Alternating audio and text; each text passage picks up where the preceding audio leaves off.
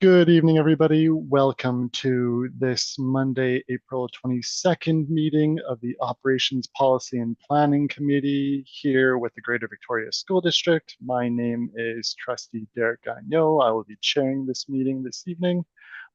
Before we go into the proceedings of the meeting, I would like to acknowledge that we are meeting today on the traditional territories of the Lekwungen-speaking peoples, known today as the Songhees and Esquimalt nations. We live, we learn, we teach, we grow, and we take steps towards truth and reconciliation every single day. I forgot I was going to do something else immediately after this. I'll just stall for time, but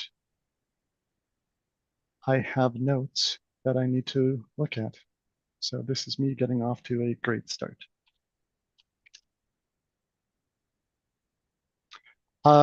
So going into the next item on our agenda, which is the National Day of Mourning. So every day, the National Day of Mourning is observed on April 28th and is a day to remember and honor lives lost or injured due to workplace accidents and tragedies.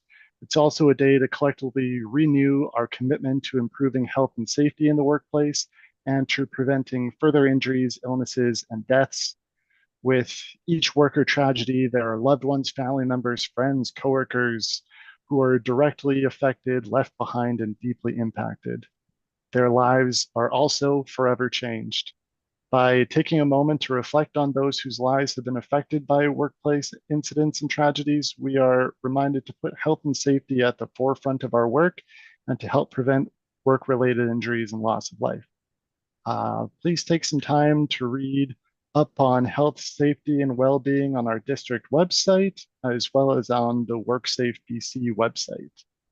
I think it's particularly important with the operations element of our work that we know that there are many district staff that take on somewhat hazardous roles and physical roles that can lead to injury. So acknowledging that that is an unfortunate reality of work, but one that we can move to address and minimize as much as possible. So thanks. And now I will look for an approval of the agenda for this April 22nd meeting. Trustee Kwan, don't believe I need a second. So all those in favor, that passes unanimously. Next up, we'll have the approval of the minutes. As you will remember, the March 4th meeting was a combined Ed Policy and Directions as well as Operations Policy and Planning Committee meeting. If you look at the combined minutes, the minutes for the Ops meeting start at G, and I'll look for a mover to accept those minutes. Trustee Kwan, any comments or edits to the minutes as presented? Seeing none, all those in favor of the minutes. And that also carries unanimously. So that brings us to presentations to the committee. So this evening we have a presentation from Jim Pine on the solar panels at Vic High. And Jim, I see that you're online, so I will turn it over to you. Okay, thanks everyone. Happy Earth Day. And it's a real pleasure to talk with you. I spent from 1998 to 2016 as a teacher at Vic High. And like most people who either went there as a student or a teacher, it is kind of gets under your skin. It's a really wonderful school, and it was such an honor to teach there. I believe that Kelly should have sent you the rationale that I put together for Premier Eby. And it should also include 2 diagrams of areas on the roof that the structural engineers say, could support solar panels. When I gave the rationale initially, and it's grown, when I first put the rationale together and presented it to Premier Eby and Minister Heyman in person back in November, it was only 1 page long. And then as time has progressed, there were new information that I thought was important to get in there. So it has expanded to 5 pages. My first impulse when I was putting together this talk was that I would kind of talk about the climate crisis canaries that keep dropping out of the sky. Things like, last year's record wildfire season that burnt 10 times the average amount of forest land over the last 20 years.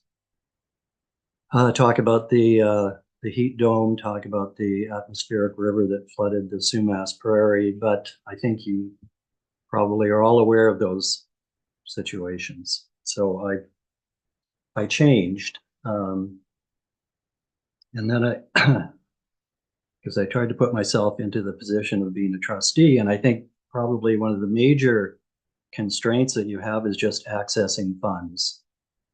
And unfortunately, I got a letter from the minister in February where he outlined where the funds could be accessed. And I should have given that to Kelly.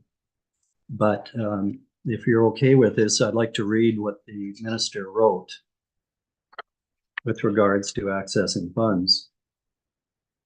As part of our Clean BC Roadmap to 2030 plan, the province is applying a climate lens to government decision-making. We have put in place leading climate mitigation and resilience requirements for new public sector organization buildings. To support school districts in improving the energy efficiency of their facilities, the Ministry of Education and Child Care offers capital funding programs like the School Enhancement Program, the Carbon Neutral Capital Program, and Annual Facility Grant. It is under this program that school districts can request funding to install solar panels, energy efficient heat pumps, and lighting upgrades throughout their facilities. School districts can request CNCP, that's the Carbon Neutral Capital Program, funding by identifying priority projects through their annual capital plan submission to the province. Additionally, Clean BC Better Buildings offers a range of incentives intended to help building owners, operators, and developers reduce greenhouse gas emissions to their existing or new commercial buildings. We encourage you to work with your school district to engage their BC Hydro Key Account Manager to inquire about Clean BC programming and specific project opportunities. So you may be familiar with all of these pots of money. They're all new to me, but there is money out there. The minister's told me that. My MLA has told me that. And I'm just hoping that that is a way that you might be able to get some funding.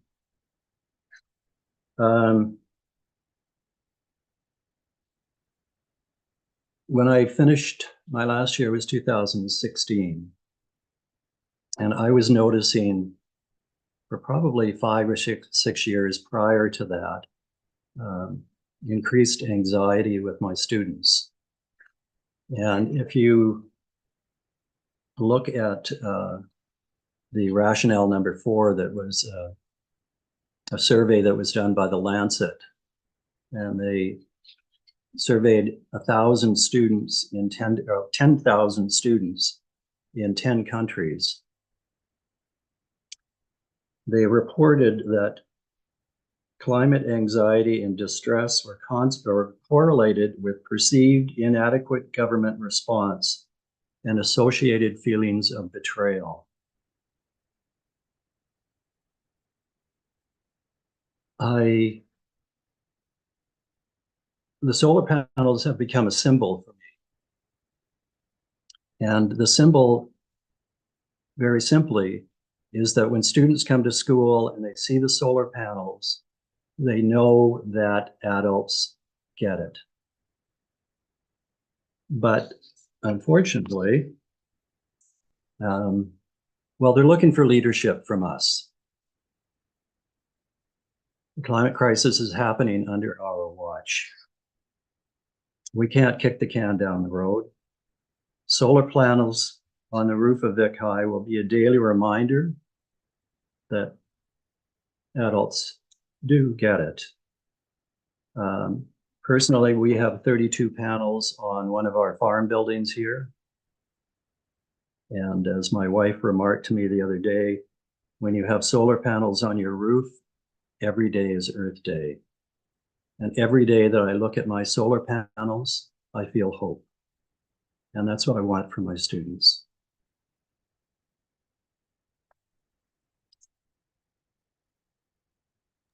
So I don't know if anyone has any questions.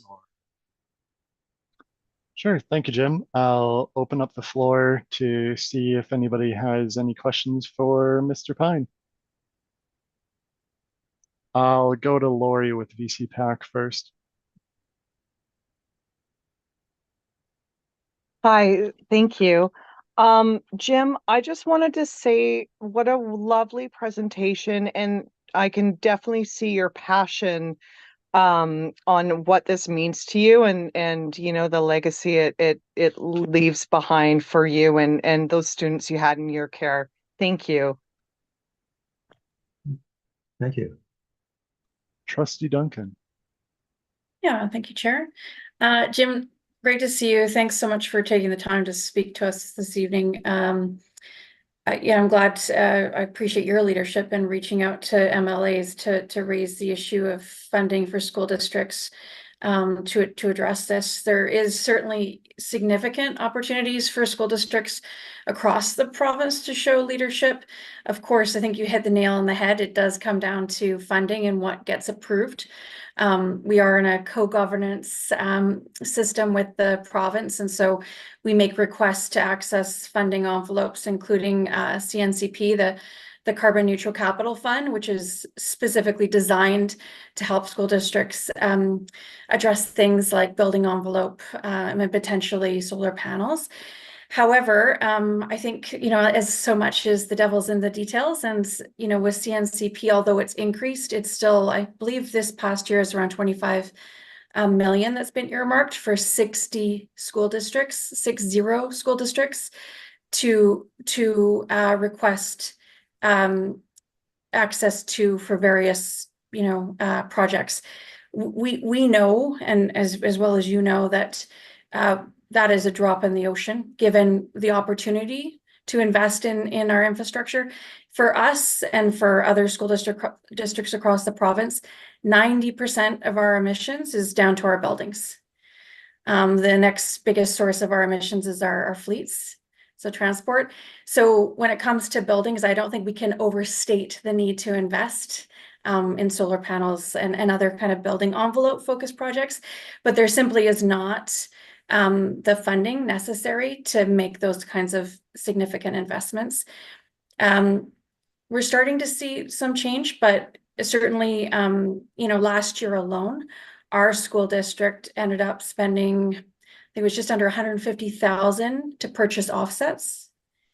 You know, much rather see that money redirected to be able to invest in some of this kind of infrastructure that you're suggesting this evening. So I just really wanted to say there is some nuance, and you've hit on it, and it does have to do with funding and what is funded. I'd love to have some further discussions with you if you're interested about how, you know, we could collaborate moving forward and advocate to the ministry.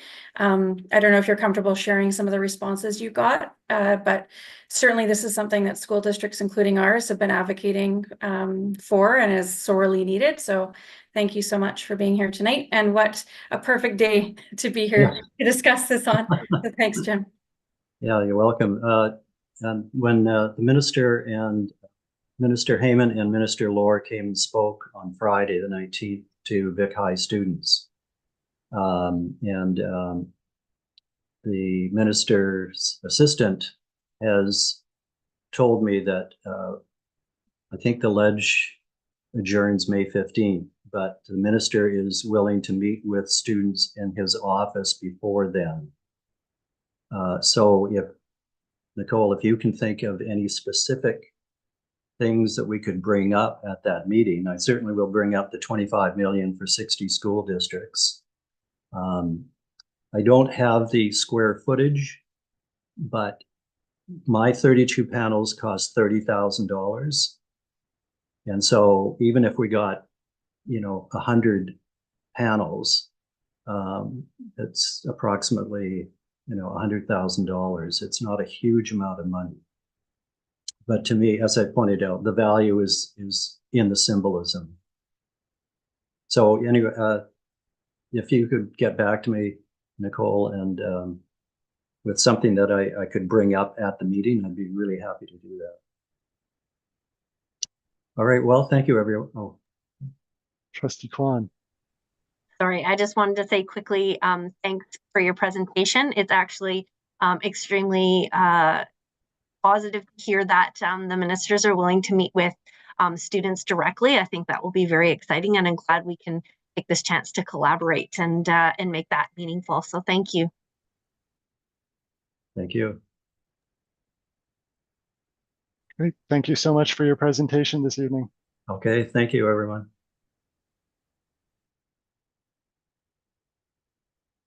I will now move us along to letter C in our agenda, which brings us to the superintendent's report. So I'll turn it over to the superintendent for that. Thank you very much, Chair. On page 11, you will see a memo with regards to the policy subcommittee that met on April 16th.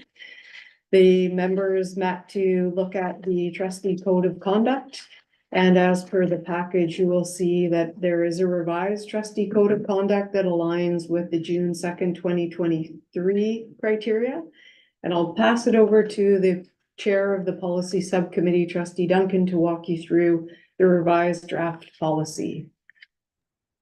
Thank you very much, Superintendent, and to the other members of the committee that did so much heavy lifting to get us to this stage. So I would suggest to the committee that we start with the marked up version, which starts on page 15 of our pack-up. The first suggested revision was actually to the frequency of review. And so you'll see what we're suggesting is that we would move from an annual review to a commitment to review within 6 months of the inaugural board meeting and then every 2 years thereafter. And this is in line with the approach taken by some other school districts.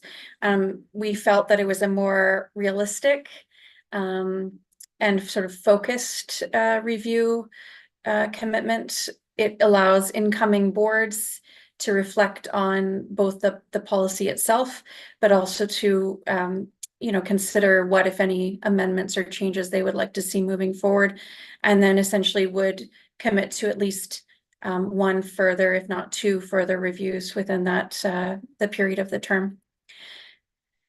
So there was that one. And again, I'm at the committee's sort of discretion. So I don't know, my suggestion was that possibly we move through the amendments and then after that, we can discuss, or I'm happy to pause after each amendment if the committee wants to review them line by line. So Chair, just looking for some direction from the committee about how you'd like me to proceed.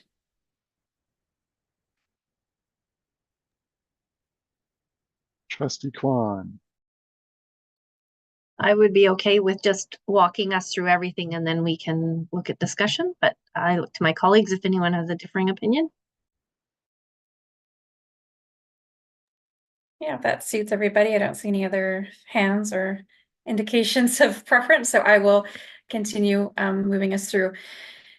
So then you'll see tracked some subject, so headings. So it was divided up and we included headings. Thank you to the Secretary Treasurer for doing that work for us. And so this is again what we see with other school districts. We have a section now on authority and responsibility. We have a section on confidentiality, on conflict of interest, on working relationships, and then a section on corrective measures. The section on corrective measures was the section that was recommended, needed sort of to be included. So the ministry did a scan of school districts policies in this area and then gave specific feedback to each school district. So to us, what the ministry observed was that we lacked a specific section on corrective measures. And so that's what we focused most of our time on as a committee, was looking at adopting a section on corrective measures. You'll see that at page 17 of your pack up at 3.4. And so what we recommended was the first paragraph. It mentions that trustees are required to conduct themselves in an ethical and prudent manner in compliance with the trustee code of conduct. The failure by trustees to conduct themselves in compliance with this policy may result in the board instituting corrective measures. Misconduct and breaches of the code of conduct may affect the board's ability to offer an educational program and the ability to support safe and inclusive schools and workplaces. The board, in dealing with misconduct or breaches of the code of conduct, will work to resolve issues early and with measures that are commensurate with the underlying factual context. The board may decide it is appropriate to use an informal resolution process. Sorry, just bear with me a second. I just need to move one of my notes out of the way. Such as mediation prior to a formal process, such as an investigation. If proactive measures do not result in changed behavior, corrective measures may be imposed and may include, but not limited to, writing a letter of apology, participating in a restorative process, participating in specific professional development, training, or coaching as directed by the board, being subject to a motion of censure passed by a majority of the voting trustees at a closed in-camera board meeting, or being removed from one, some, or all board committees or other appointments by majority voting trustees in an in-camera board meeting. And then one of the things that we also noticed, so some of the wording in this section is drawn from the guidance from the ministry and from approaches taken in other school districts. One of the things that we noticed in other policies and also was recommended by the ministry is that we include a paragraph as follows. It is important to note that except as expressly permitted by the School Act, a board's authority does not extend so far as to effectively remove a trustee from their elected office. The imposition of a disciplinary measure barring a trustee from attending all or part of a board meeting shall be deemed to be authorization for the trustee to be absent from the meeting and therefore not in violation of the School Act regarding absences from meetings. So this is, I think, the section where we might want to have some more discussion and perhaps folks want to bring forward some suggestions for refinement. And then at 4, the other additions you can see tracked again on page 17. We added just a note, just to specify the other areas of responsibility that are relevant to this particular policy, those being the board's obligations under FIPA, Freedom of Information and Protection of Privacy Act, under the BC Human Rights Code, and also under the Workers' Compensation Act. So we just added those in. So that's it in a nutshell. Essentially what we wanted to try to do was to, at a higher level, so without giving specific direction, because we recognize that whatever process we as a board decided to use needs to be proportionate, and it really depends on the circumstances or the facts of the particular case. And so we try to look at wording that would give the board some flexibility to use our discretion based on the particular facts, but also what we wanted to achieve was a policy, hopefully, that allows conflicts to be resolved at the earliest possible stage, without them escalating to a more formal process. We discussed that the hope was that in doing that, or having that approach, relationships could be preserved and we could keep everyone at the table working collegially together. So I think, unless the other members of the policy committee had anything else that they wanted to add or highlight, I'll look to my colleagues. Trustee Painter. Thank you, Chair. I've got some ideas about wording. I've put them into chat for ease of tracking, but I'll read them out for anyone who doesn't have access to the chat.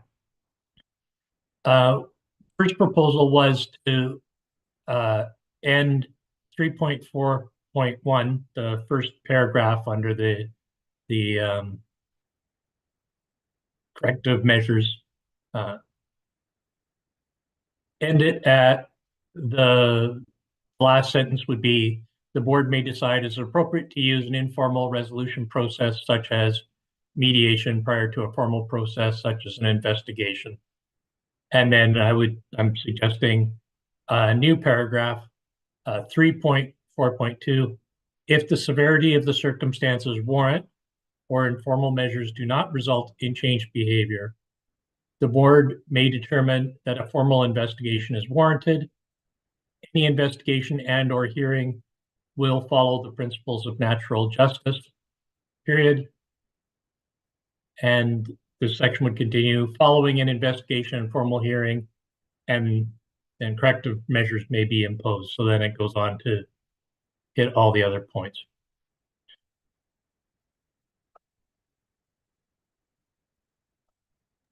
I have one other element, but I'll leave it there to start with. I'll throw it back to Trustee Duncan briefly.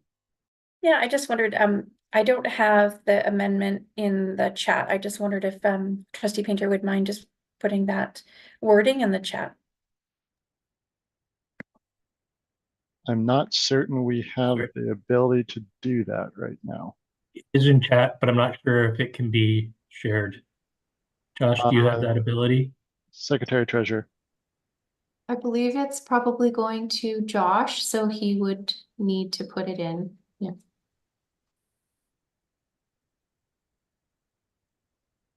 Josh, if you're able to do that for us, thank you very much.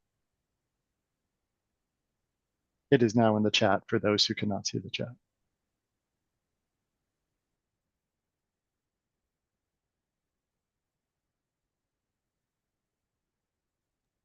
Trustee Kwan. Chair, if I may rely on you a bit, it's nice that we can see it in the chat, but I wonder if we can have it read out once more for those that are watching, perhaps, just in case they don't have the option to see it. Maybe we could read it out once more. Sure. I'm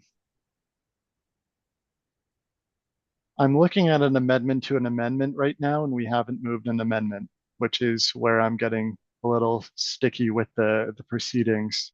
And I'm wondering if we want to move the amendment and then amend it, or if there's other suggestions. And I'll go to Trustee Duncan. Yeah, thanks, Chair. Correct me if I'm wrong, but I believe Trustee Painter is suggesting moving these amendments as a block, but I would defer to Trustee Painter to clarify what he intends. Trustee Painter. Yes, it was intended to move as a block. So with all of the previously proposed amendments and then yours in addition. Correct. Excellent. Well, I can, yeah, as Trustee Kwan alluded to, I can read this out into the record for those who cannot see what we're talking about in the chat. So the change would come under 3.4 corrective measures, and it would then read as follows. 3.4.1, trustees are required to conduct themselves in an ethical and prudent manner in compliance with the trustee code of conduct. The failure by trustees to conduct themselves in compliance with this policy may result in the board instituting corrective measures. Misconduct and breaches of the code of conduct may affect the board's ability to offer an educational program and the ability to support safe and inclusive schools and workplaces. The board, in dealing with misconduct or breaches of the code of conduct, will work to resolve issues early and with measures that are commensurate with the underlying factual context. The board may decide the board may decide it is appropriate to use as an informal resolution process, such as mediation prior to a formal process, such as an investigation. Then 3.4.2, if the severity of the circumstances warrant or informal measures do not result in changed behavior, the board will prepare a report detailing allegations and distribute it to educational partners for information. Report details will be limited. Pardon me, Chair. Sorry, Chair. You Yeah. refer to the chat, that's not in there, That's not in there? not the report. That's, You're right, it's not. Let's do some copy paste then. One moment, please.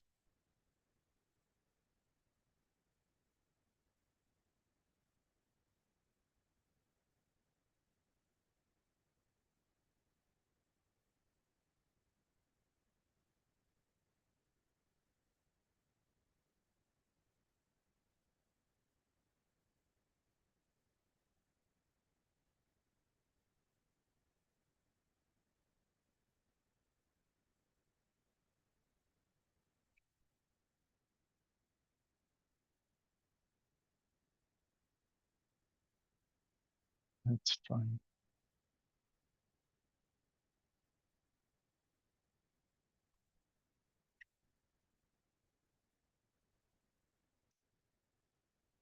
It'll have to be in 2 blocks as the total block is too long for the chat. It'll have to be in 3 blocks because that's also too long for the chat. So pardon me, Chair. So the I believe what Trustee Painter is moving is actually already in the chat. I don't think there's anything else other than what Josh has put in the chat. But again, Trustee Painter, correct me if I'm wrong. that's correct. There is another part to follow, but this is all I'm focused on at this Okay, if that's good with everybody then we can just read that out. So the addition was 3.4.2. If the severity of the circumstances warrant or informal measures do not result in changed behavior, the board may determine that a formal investigation is warranted. Any investigation and/or hearing will follow the principles of natural justice. So that's the addition that is not available in the greater, previously approved agenda. Yeah, so I guess I'll look for a motion for amending the code of conduct, and then we can go into discussion about changes.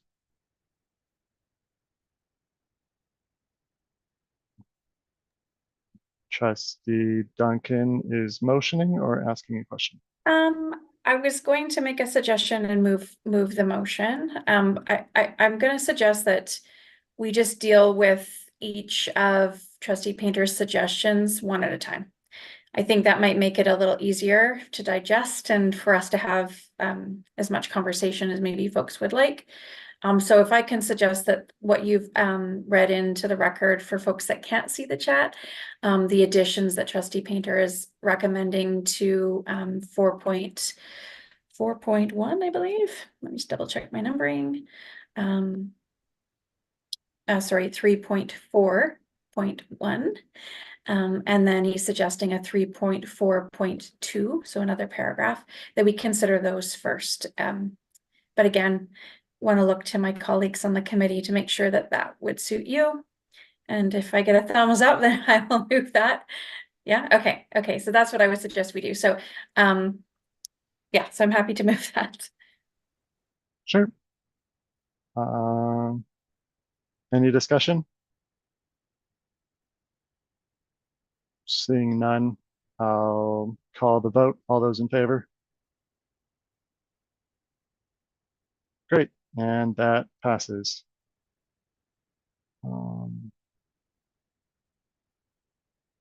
Just keeping check with the secretary treasurer, whoever's keeping notes, that you are in fact tracking what we just agreed to. Thankfully, we're live streaming too, so we can go back if we need to, but so far so good. Great, thank you.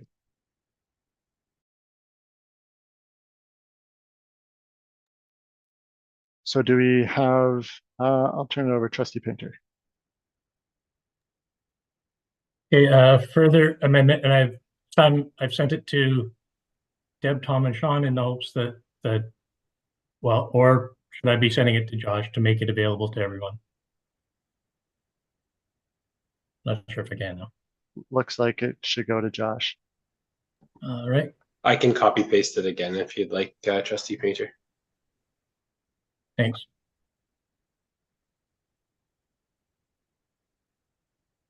Okay, just directed it to you, Josh.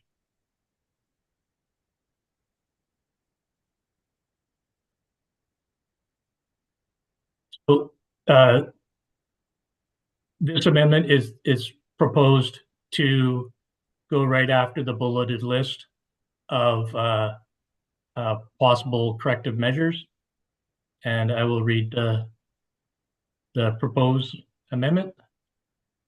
If a decision is made to censure or alter the assignments of a trustee, the board will prepare a report detailing the decision and distribute it to educational partners for information.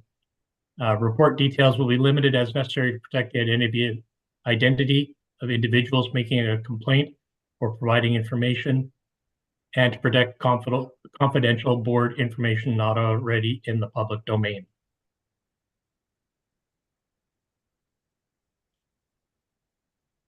Trustee Kwan. Can I just ask a question of clarification? Is that still under 3.4.2? So we're not making a new number there. It's the same section.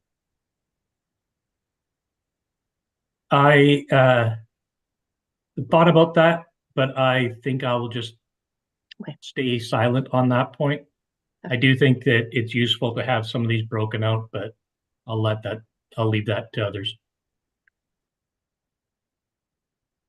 Trustee Duncan.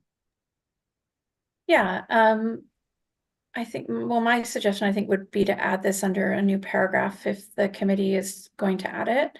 But I wondered if I could just ask Trustee Painter through the chair a clarifying question. So I'm just not sure exactly what kind of report that you would be envisioning. So my concern would be that we don't put anything in a policy that doesn't allow the board discretion to review matters case by case. Like what might be appropriate in one situation might not be appropriate in another, depending on the facts of the case. And so I just wouldn't want us to put anything in the policy that would prevent the board from exercising our discretion based on the facts of the particular case. It might be appropriate, for instance, to report out that a sanction has occurred and list the nature of the sanction. So for instance, that trustee X is now, their duties have been limited, something like that. But I just wondered if you could clarify sort of what you were envisioning. Chair, if I may. You may. Thank you. I'm mindful of what I perceive to be one of the challenges that occurred during the previous term when 2 trustees were suspended, and the absence of available information resulted in a breakdown in the relationships between the board and educational partners. This is limited to the two most severe measures that I would suggest, which is to either censure or to alter the assignments of a trustee. So these are, I would like to think, are in the most extreme cases. And I'm mindful that the trustees are elected representatives, and they are responsible not only to the board as a whole, but also to the electorate that voted them into office. For the board to make a decision that would either censure a trustee or in some way reduce or alter their responsibilities, in my mind, impacts on the role of the trustee as an elected representative. And as such, I think it's necessary to provide information to educational partners to explain why the decision was made, and to the extent possible, what precipitated the decision. And I am mindful that situation or circumstances may vary.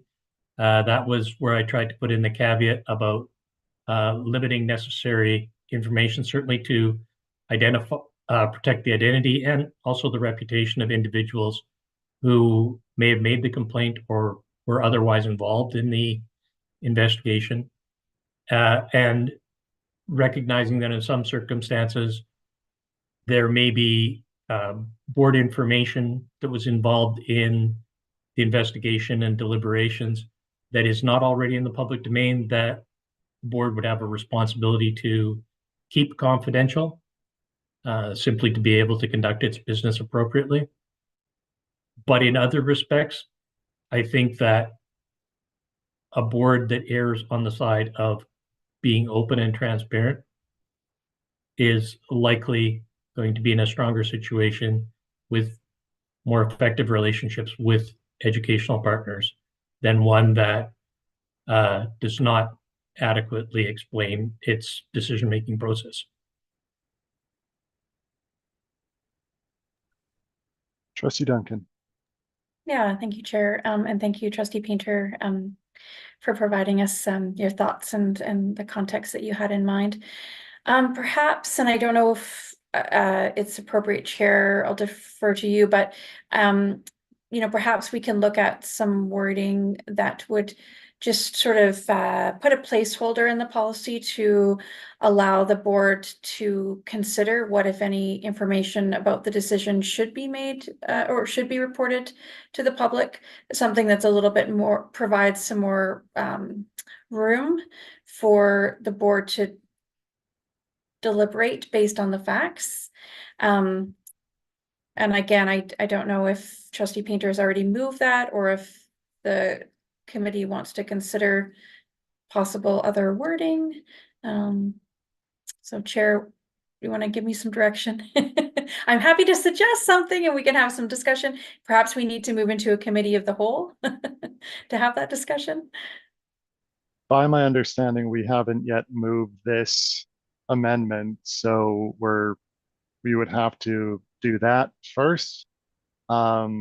But whether or not we wanted to move into committee of the whole before doing that, I would check the pulse of my fellow trustees to see if there's interest in that. Trustees Kwan or Painter, not seeing a whole lot of enthusiasm there. Trustee Duncan. Okay, so perhaps then I'll suggest some wording and then I'll leave it to my colleagues to determine how they want to proceed. Okay, so I'm Josh. I'm just putting this in the chat for you, and if you wouldn't mind distributing it to everybody, that would be great. No problem. Just give me 1 second here. Thank you.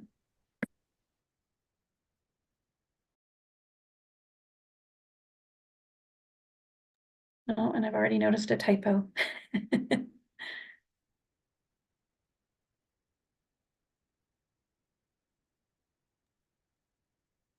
So Chair, if I may.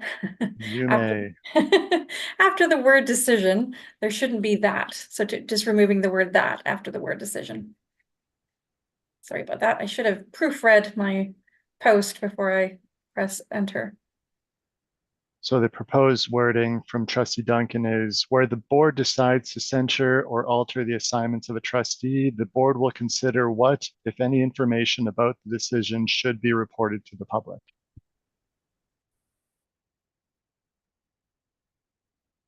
Thoughts, Trustee Duncan?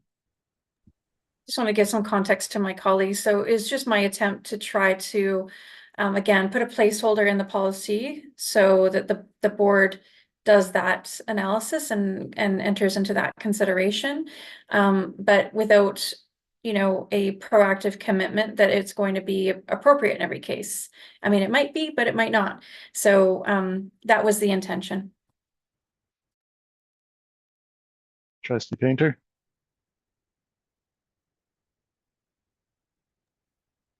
No, I do understand Trustee Duncan's intent, but my concern with this language, the board will consider what, if any, information about the decision that should be reported to the public. It feels almost like non-direction since the board is in that situation already. And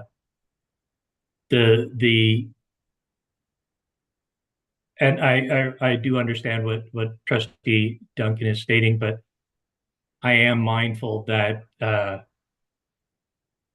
any board that is taking a decision that is essentially this extreme to limit the authority of an elected representative should be prepared to explain its decision-making process. Is the short end of my observation.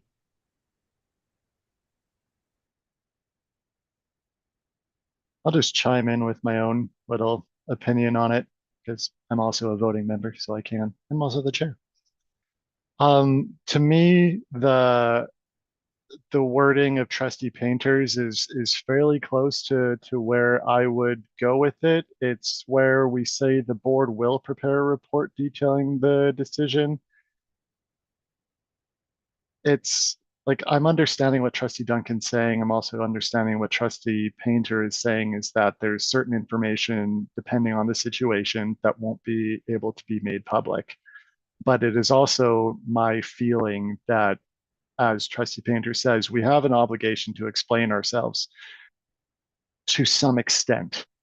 I can't think of a situation where we would decide to censure or alter assignments where we wouldn't say that we're doing it or give the slightest indication of why.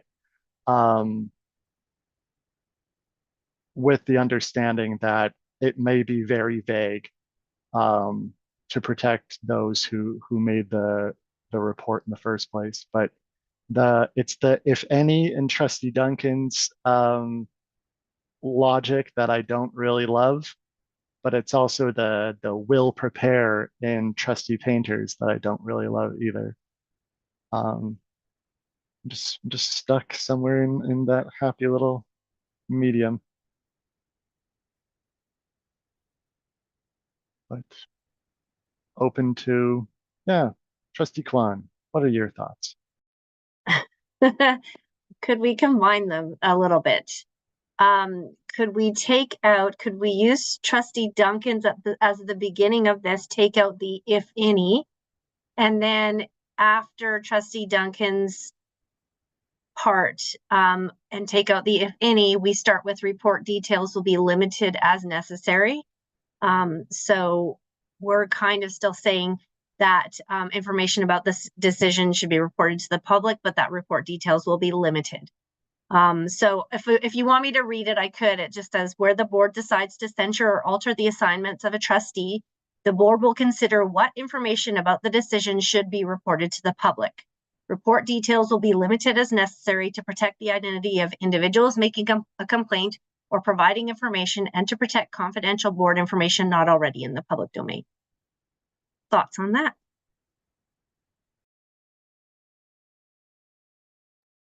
Trustee Duncan. Yeah, I think that that is a reasonable compromise. I think the only comment I have would be that to protect confidential board information, not already, it might be just confidential information. Like it might not just be board, like confidential board information. It might be somewhat like other confidential information.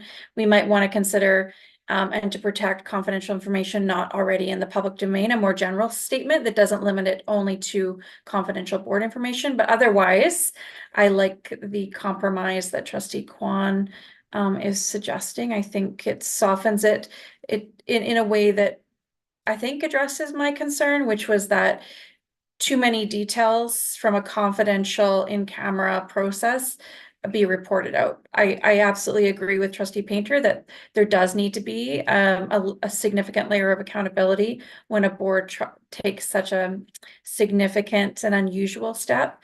But beyond reporting out the limitations to the trustees' duties, that's where I'm concerned we get into a gray area that really is dependent on the facts of the particular case. So yeah, thanks to Trustee Kwan for suggesting the combination of the two.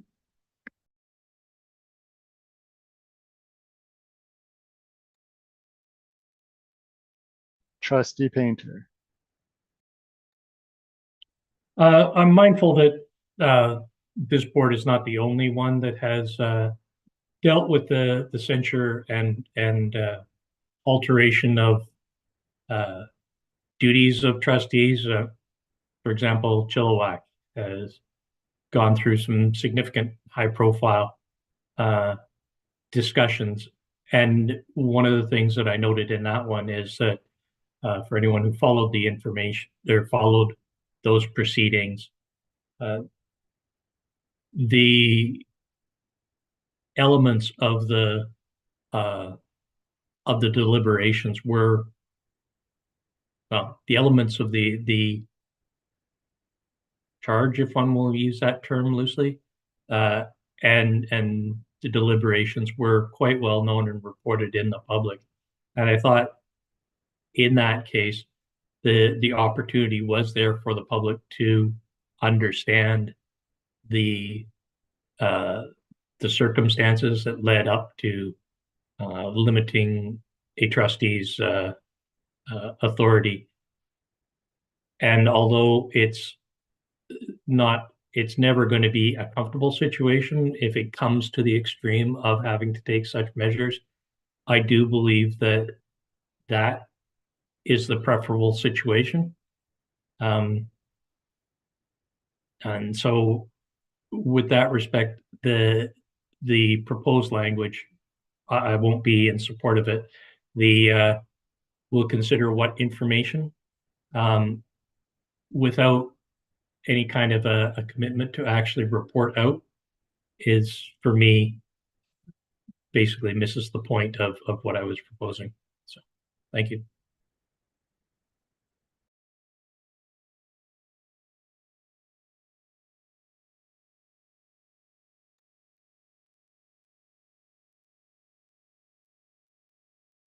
Trustee Painter, would there be a way of changing that wording that would appease you? Just to see if there was something along the lines of the board will consider what information about the decision will be reported to the public, like making it definitive like that rather than should have?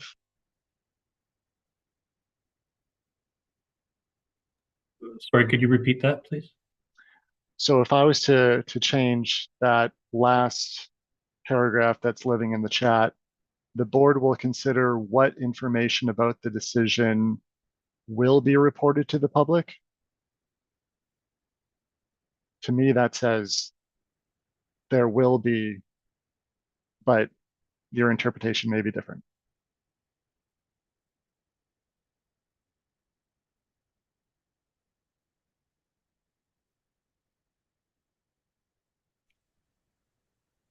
Now, I don't want to get overly hung up on this one, but, and I do appreciate that it's a move in the right direction, and it does include, for my part, what I really want to see that this policy will include an element of reporting to the public. So if that's as close as we're able to get in a collaborative manner, then I can work with that. Trustee Kwan. I'm just mindful about moving things along, and I wonder, because this policy will, I think, come next week again to the board, if I'm not mistaken. So I wonder if we can put this wording in for now and be happy with that, and it gives us about a week to think if there's another, option that we can suggest. If there's no more discussion, I would move that the new wording, which I believe I just sent to Josh and Josh put in the chat, be adopted, or I can move that.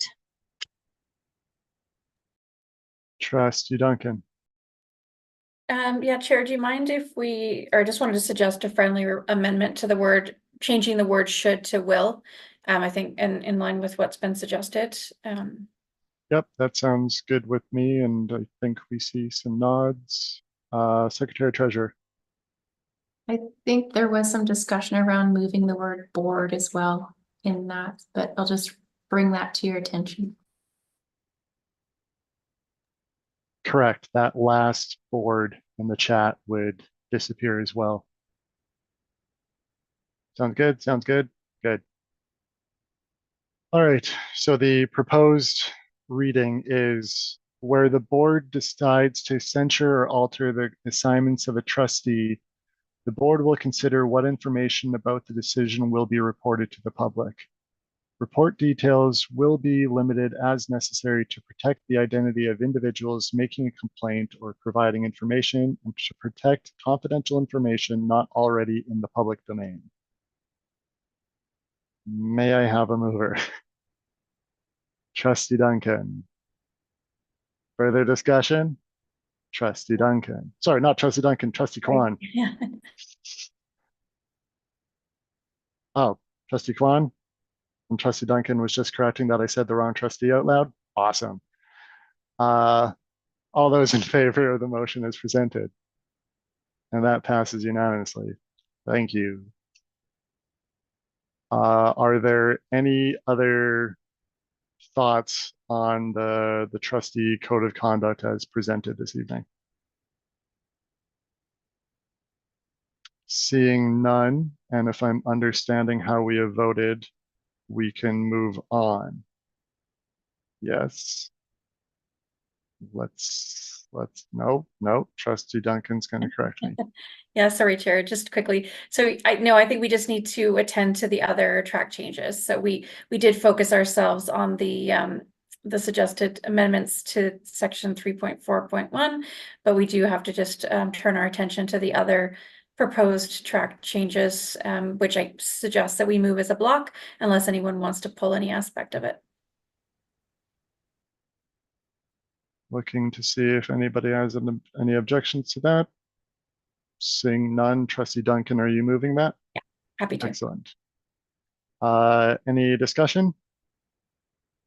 Seeing no hands go up, all those in favor of those amendments as presented. And that passes unanimously. Excellent. We now move on to C2 in the agenda, which is in reference to the 2025-26 and 2026-27 academic school calendars. And I'll refer over to the superintendent for that. Thank you, Chair. I will pass it to Associate Superintendent Arts.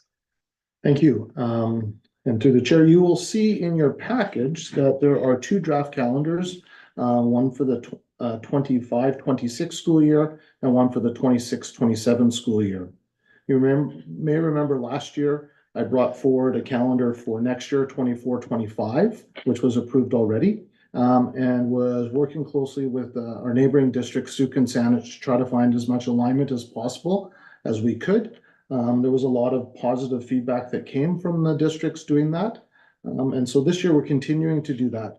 And so we're working with both Suk and Saanich, and all three districts are bringing forward calendars for the 25-26 and 26-27 school year, which will give us 3-year calendars when these pass. And the hope in this is that every year we would simply bring one calendar forward. So as 1 year finishes, we bring that one and we constantly keep a 3-year cycle that would be moving forward. I can share with you, Saanich has already presented to their board. Suk is doing so later this month. For the 25-26 school calendar year, all 3 districts are in full alignment with the days that line up. And in the 26-27, there is one Pro D day in September where Saanich is different than Suk and us. So about as close to alignment as we can possibly get. With the caveat that Victoria does do one school chosen Pro D day. Each school can choose their own Pro D day. Suk and Saanich do not. So there's a chance based on whatever day those schools choose that may not be in alignment. But winter break and spring break are the exact same in these. School start is the same. So if there are any questions, I'm happy to answer them. But that was the goal and the direction that we were trying to work in here.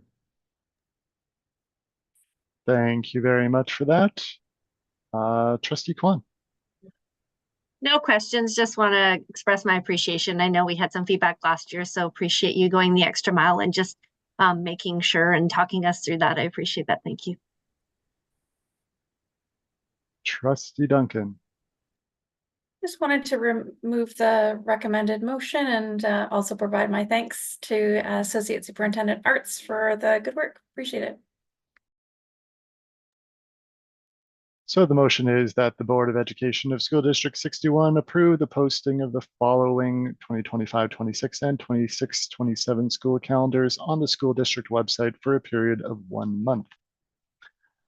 Any discussion of the motion? Seeing none, I'll call the vote. All those in favor? And that passes unanimously. Thank you, everybody, and thank you, Associate Superintendent Arts, for the work. We now move on in our agenda to the next part, which I will get to, which is personnel items with Director of Human Resource Services, Knutson.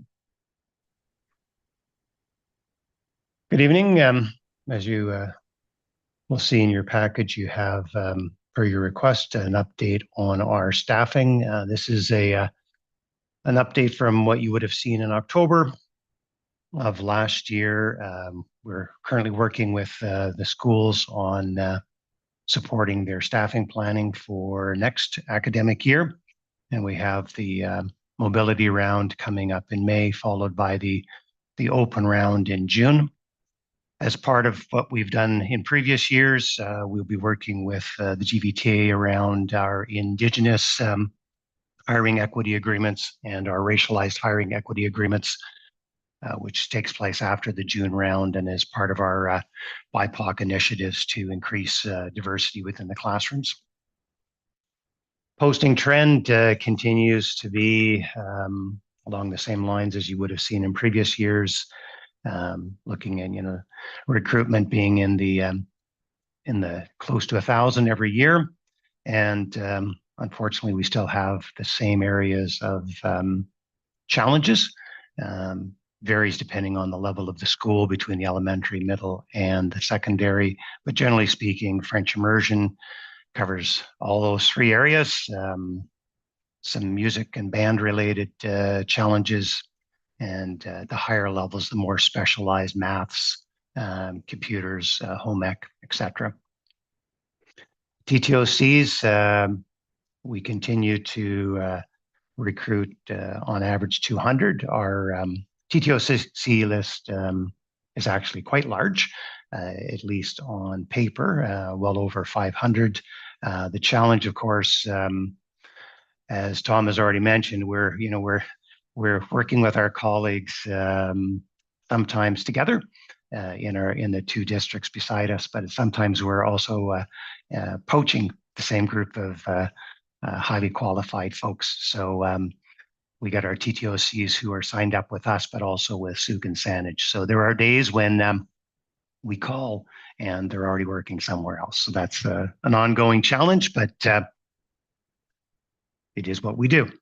Educational assistance, we've finished this year another 3 successful bridge programs. We have another 3 lined up for next year, and that's really been a very positive recruitment strategy for us.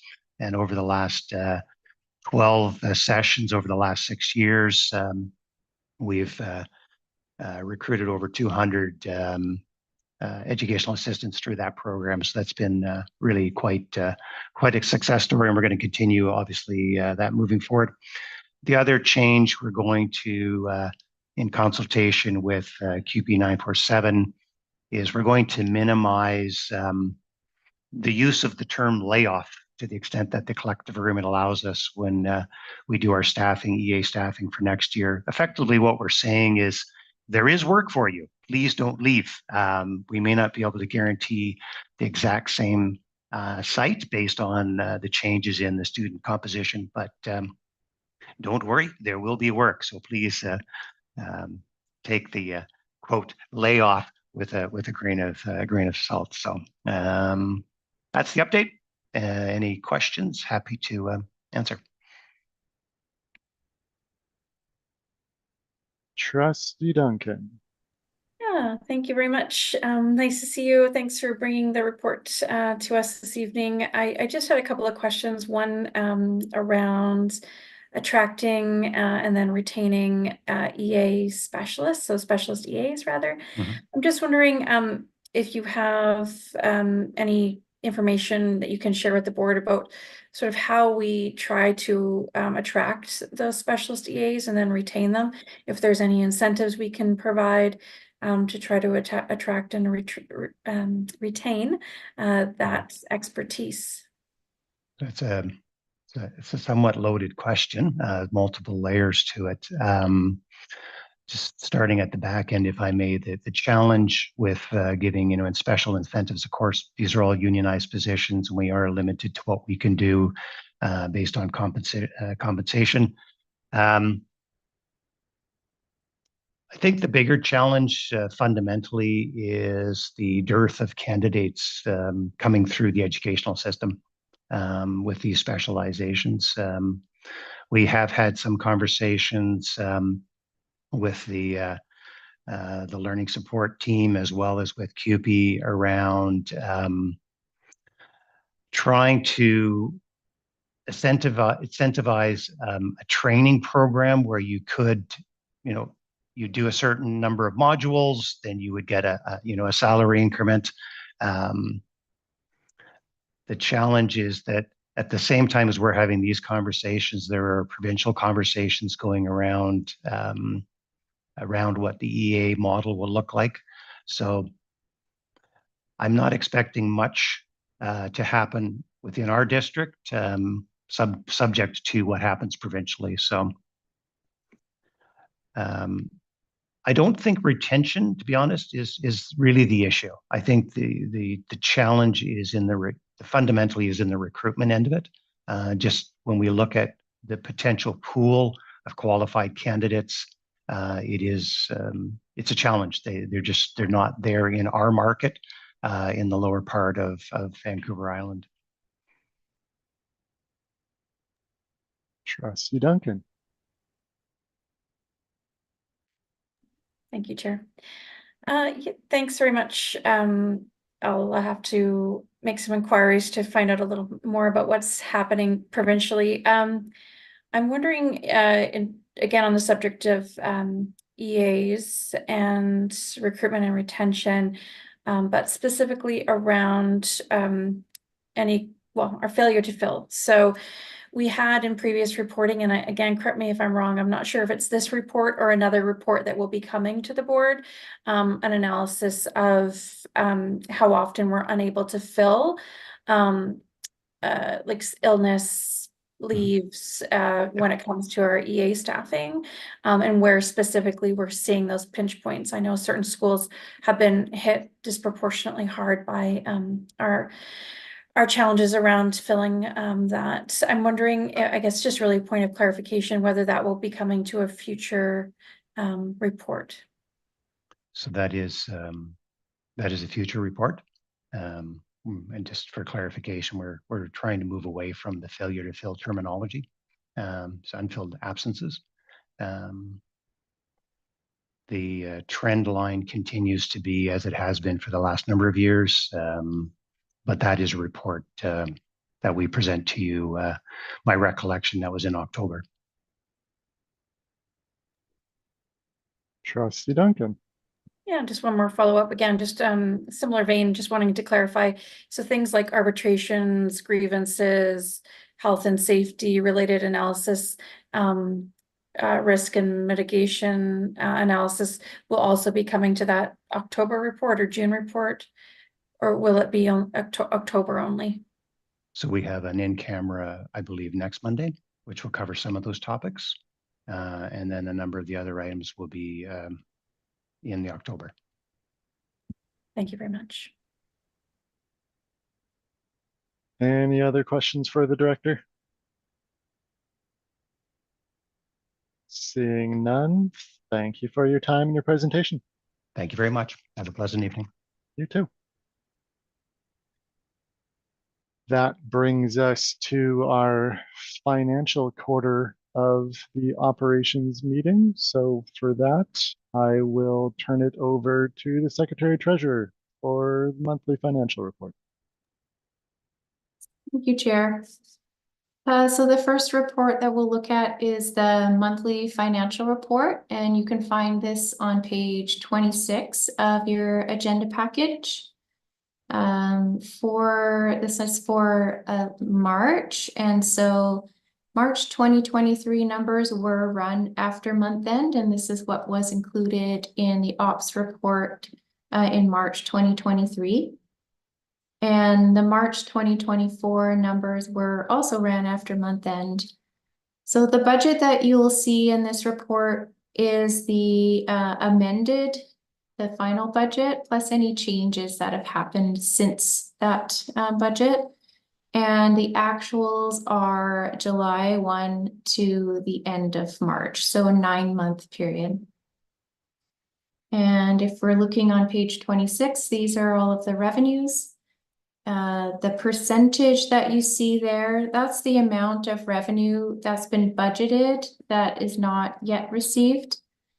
This year, this month for this year, grand total is 27%. And that's exactly the same as where we were this time last year. And we'll just jump down to page 28 to get to the grand total for all of the expenses. The percentage column for the expenses is the amount of expense budget that is still available to spend. And so the current year, we're looking at 31%, and we were at 30% last year. I'll just leave that with you. If you have any questions about this report, we're happy to answer them.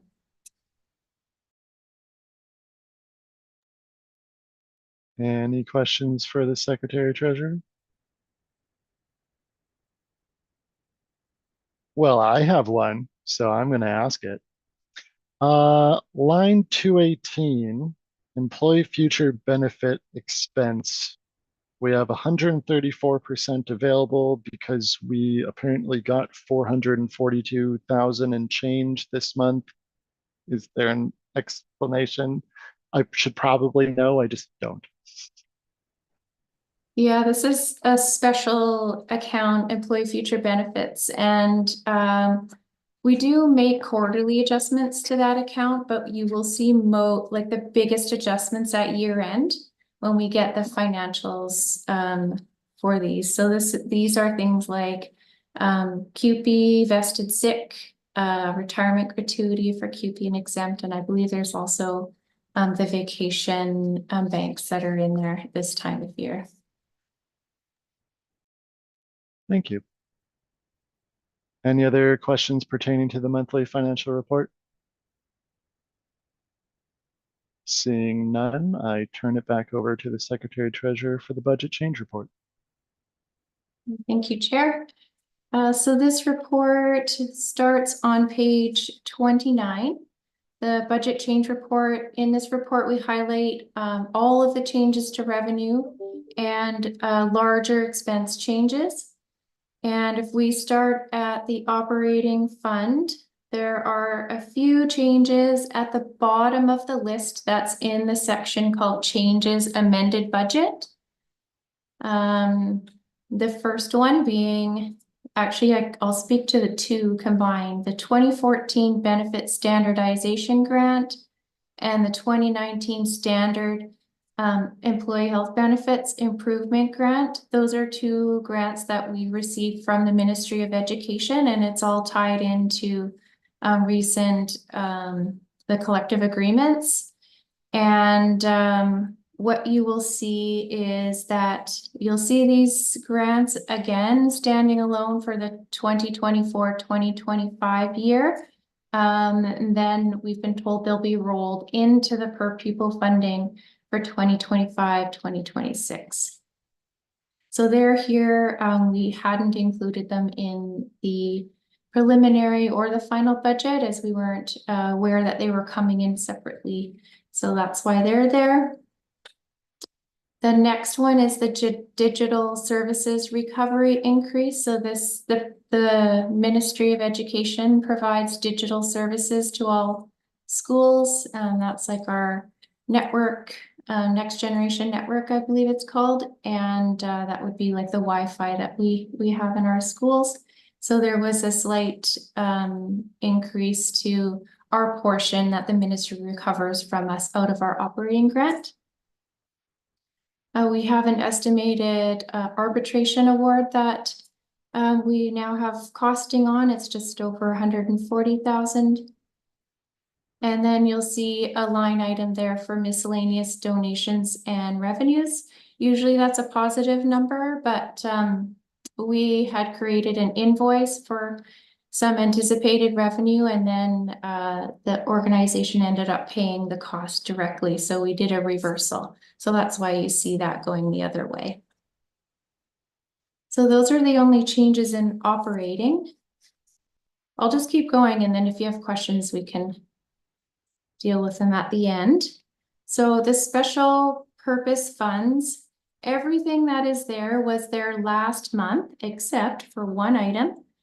And if you go to page 32, in the Student and Family Affordability Fund, you'll see that we received a new grant of $469,000. So it's been provided to us in the current year, but we have been given direction that it can be spent up to the end of next year. So that's a new amount there. If you're familiar with that grant, the only change will be that it can't be spent on food because we now have the Feeding Futures fund that will cover those costs. And in capital, so we're looking at page 34. In local capital, the interest income has gone up 4,000 from last month. And then Ministry of Education and Childcare restricted, the interest revenue has gone up 40,000 since last month. So those are the biggest changes to our budget since the last report. Happy to answer any questions you have. Trustee Kwan. Yeah, just going back to the operating with the 2014 benefit standardization and the 2019 standard EHB.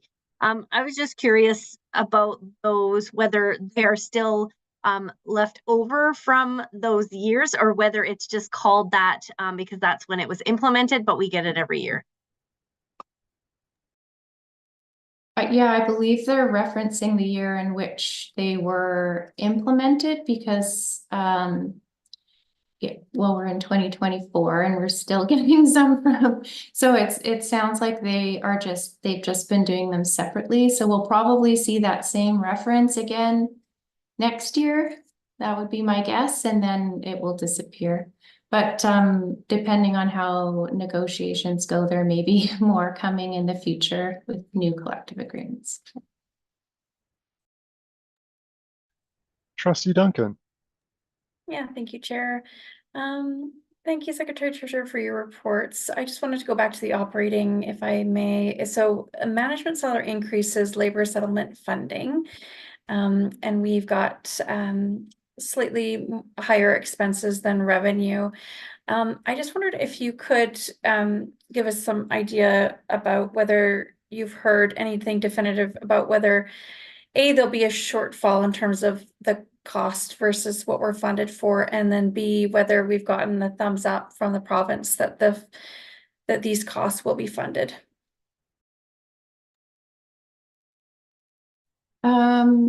For the current year, we're talking about 23, 24. Yeah. Okay. Yeah, through the chair,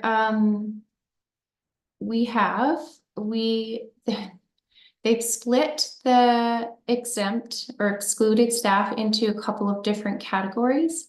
And so essentially, one category is the senior leadership team that are certificated. So like like on the education side.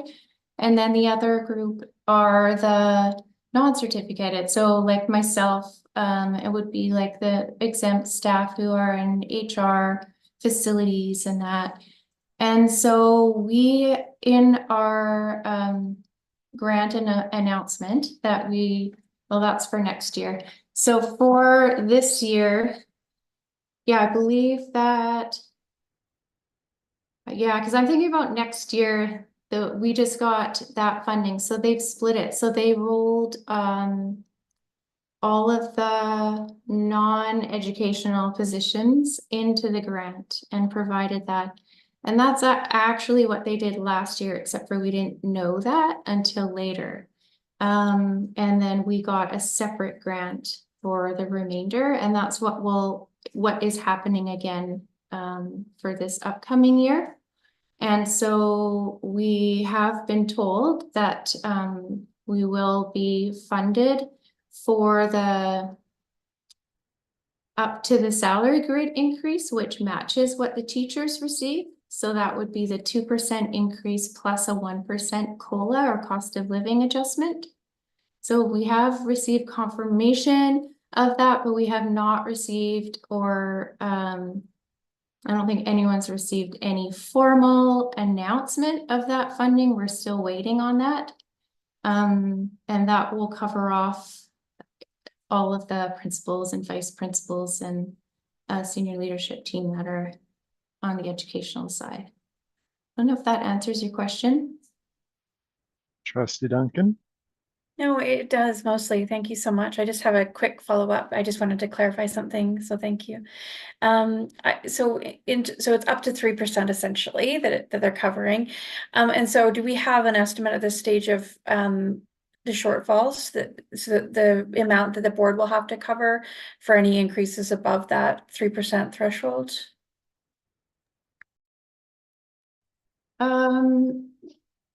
If you mean if those staff are moving or being increased more than 3%, so step increases, for example. Okay. Yeah, no, I don't believe that we'll receive funding from the ministry for that. We haven't historically. We don't receive funding for that for any of our other employee groups, such as teachers. That's something that the school district has to cover off. What they have historically for teachers and QP is covered off the salary grid increases, so the negotiated wage increases, just not the movement along the grids. For 3 years, I guess, so the ministry has funded exempt or PVP and exempt staff, which as long as I've worked here, which has been a few years, that's the first time that I've ever seen that. So I don't think they've made any commitment beyond the 3 years at this point, but I would hope that that's something that they would continue.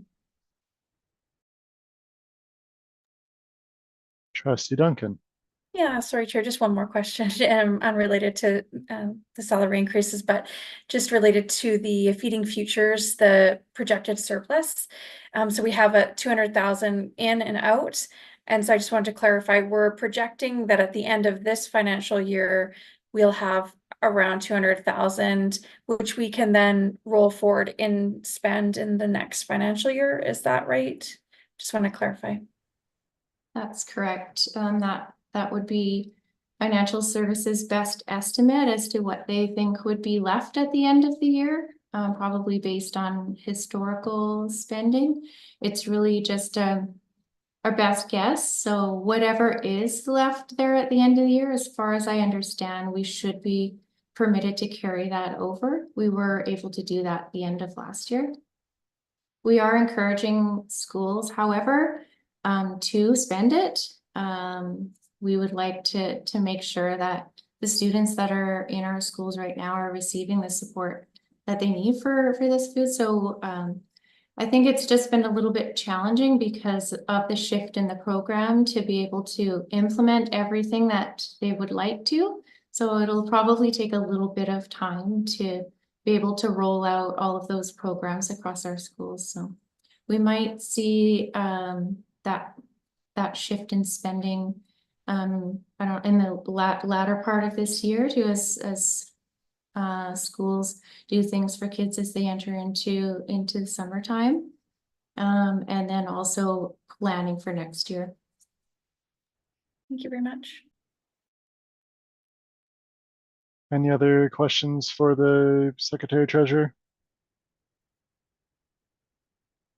Seeing none, thank you for your presentation and your time.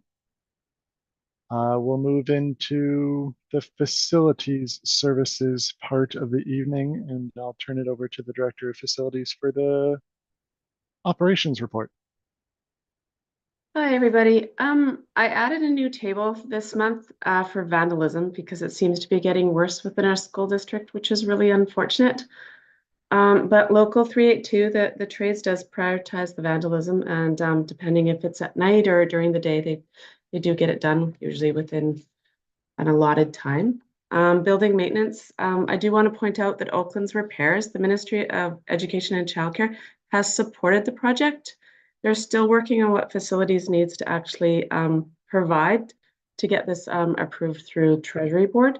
So that's still an ongoing project that hasn't been completely approved yet. We're still working on the SPP walkthrough, the yearly walkthroughs. And both departments, both maintenance and capital departments, are both busy into summer project planning. For childcare updates, Lake Hill and Hillcrest will both be open in September, so those are coming along really well. Site prep is pretty much complete at Vic High, and the trustees should be the trusses, not the trustees. The trusses should be installed at Mackenzie this month. Sundance Portable, we are still working with the City of Victoria. There's a few hiccups with the building permit, so we're hoping to have it by September and get the kids in by September. Operations over spring break, the custodial staff put in extra time into classrooms, but they're also putting time into the open childcare and making sure those were clean. Transportation, the regular busing has closed with over 200 students registered again, and the inclusive busing is still open for about another 2 weeks, but we have about 60 students so far registered. Grounds, we still have 2 full-time grounds crew working now during the grass cutting season. NCIS department, they finished the security upgrade at Reynolds, so it's a fully fob school. They've been extremely busy at Vic High. We're just at the end of placing all the cameras. Last time I spoke to Arch, there was 9 operational cameras. So we're nearly done at Vic High for that. And they're still supporting the TELUS, upgrading their copper to fiber optic cable. Energy projects, last year's lighting, this year's lighting upgrades, we saved about $42,000 annually. Next year's lighting upgrades will be at Oak Bay and SJ Willis, and they're approved already. For the continuous optimization, these are the 3 sites that we chose this year, and we saved about 181 kilowatts per hour of electricity and natural gas savings. And the process for this year, we've applied for 5 more sites. This year, we submitted a new application for carbon credits for the electric buses. And we expect about 35 units of carbon credits back. We're not quite sure what dollar value that is because it's a new application form. That's about it. Any questions for that one? I'll go to Lori Pop with VC Pack and then Trustee Kwan. Thank you. I just wanted some clarification on what the vandalism is. It changes. So we've got a lot of tagging. People tag anything from smiley faces to profanity on our schools. So it changes every single day, it seems like. Windows, we've had a large number of windows broken. There were some very busy people over spring break, so that's all throughout our school district. We had a couple of entrance doors that were kicked in over some weekends, so those were repaired. And the internal damage, we've had anything from motion sensors to those good old exit signs pulled off of our ceilings. We've had external damage. Fob readers have been pulled out of the actual exterior building. Unfortunately, there's lots of needles and human waste. That's getting worse. We recently had 2 ramps and stairs. They made a nice burning pile and tried to burn the wood. So it changes every single site, every single day. We do have trades that are on call at all times and managers that are on call all times to deal with all this. So it's getting worse and worse, unfortunately. And has this been tracked throughout previous school years so that we can measure the uptick in this type of vandalism? We haven't reported out formally like I'm doing tonight, but we have tracked it in previous years. We have a work order system that tracks it all. We just haven't run official reports, but this is something that we've noticed is just on the uptick. So to me, it's best to get it reported out. Can we get a report on like a data on the previous years as well? Yeah, I can only go back about 2 years, honestly, and then we changed over to a different work order system. So I'll see what the other managers, if they pulled it before we moved over, but I could definitely get 2 years of data. Yeah. Honestly, I think 2 years is perfect. Thank you. You're welcome. Trustee Kwan. Okay, I have a couple questions. My first one is actually just a curiosity about rugby sevens. I noticed that the grounds were busier with lining because of the addition of rugby sevens. Are we talking our own students with rugby sevens, or is this something that we like field rentals as well? No, I actually don't know, to tell you the truth. I'm assuming it's our own students because we have a work order system that actually requests that, but I can definitely get the right answer for you next month. That'd be awesome. And one other question for me? Yeah, I guess the only other question is, and this not really anything that's in your report to date, but I just wondered if you had any information for me. I'm hearing reports that increased enrollment might actually affect a couple of elementary schools with regards to music rooms. And so I know we've had this issue in the past and we've looked at portables in some situations. So I just wondered, what is our plan? How are we looking at this for next year's for elementary schools who might be facing that? I'm actually, if that's all right, going to send this off to either Tom or Sean to answer that because they definitely take more role in the enrollment. Great, thank you. You're welcome.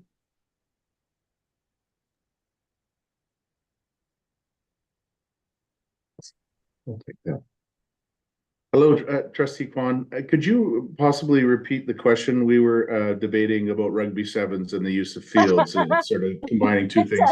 If you don't mind saying that one more time again through the chair. No problem. I'm glad I introduced a healthy debate about rugby sevens. That's great. Yes. So I've just kind of heard reports about at least a couple elementary schools perhaps maybe losing music rooms due to increased enrollment. And I know in the past we've actually introduced portables so that there's still a space for those music classes. And I just wondered, as far as any elementary schools that might be facing that either next year or in the coming years, if we have a plan for that, if we look at portables or how we're looking at that. I mean, we look at a bunch of different options to address capacities. You're right. We have a number of our elementary schools that are at capacity right now, where we have in-catchment students that are looking to come in as kindergarten students, and we're faced with difficult decisions on what do we do with those in-catchment Ks versus what do we have with prep spaces. And so it varies depending on the school. Sometimes it's a smaller room that might be used as storage, and it's a bit of a mobile prep. but it really does depend on the school.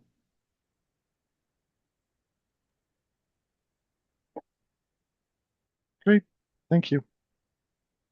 Are there any other questions in regards to the operations update? Seeing none, back to the Director of Facilities for the Cedar Hill Middle School seismic replacement project update. Yeah, it's a good update. The exterior concrete walls are complete and the under slab plumbing and electrical installations are underway. The wall damp proofing and dimple board installation is underway. It's almost done.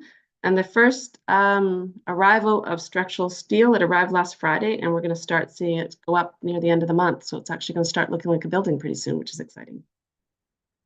So it's all within schedule. Is there any questions? Trustee Kwan. Just my usual suspect questions. It's all about how are we as far as timing and scheduling goes, and how are we as far as budget, in your opinion, goes? So far, we're within budget. There's not a lot of change orders on the project, which is great. Schedule, we had a little bit of a delay here and there, but they're trying to catch up. So far, they're not seeing much like we're talking maybe 1 or 2 weeks out, but they should catch it up.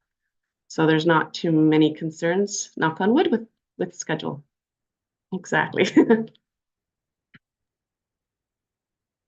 Any other questions regarding Cedar Hill? Seeing none, we go to the lead in the water report. I'm assuming I'm going to just report out on this. So every year we have to do a third of every school's filter and test them. So all of these passed.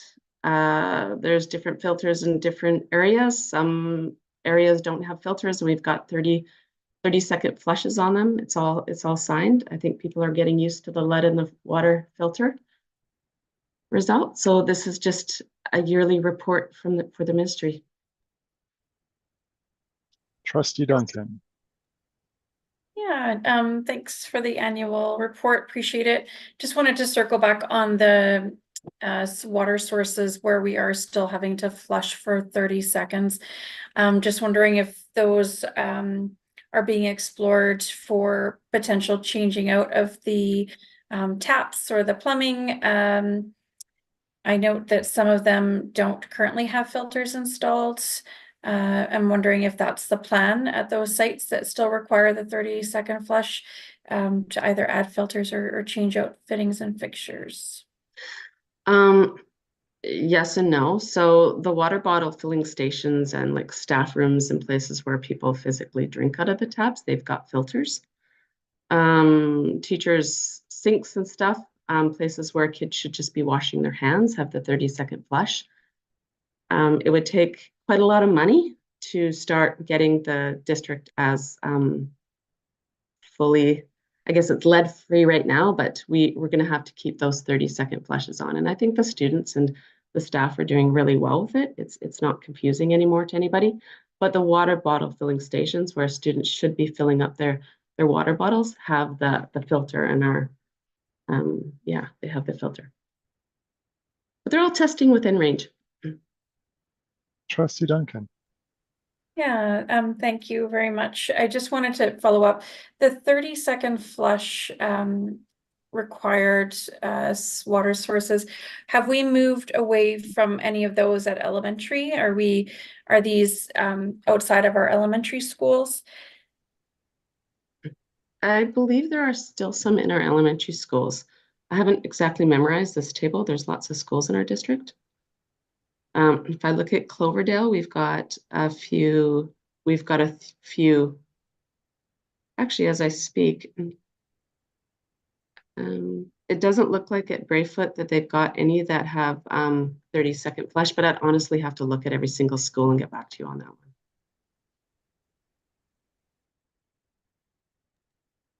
one. Trustee Kwan. Trustee Duncan, I didn't see if you put up your hand for a follow-up.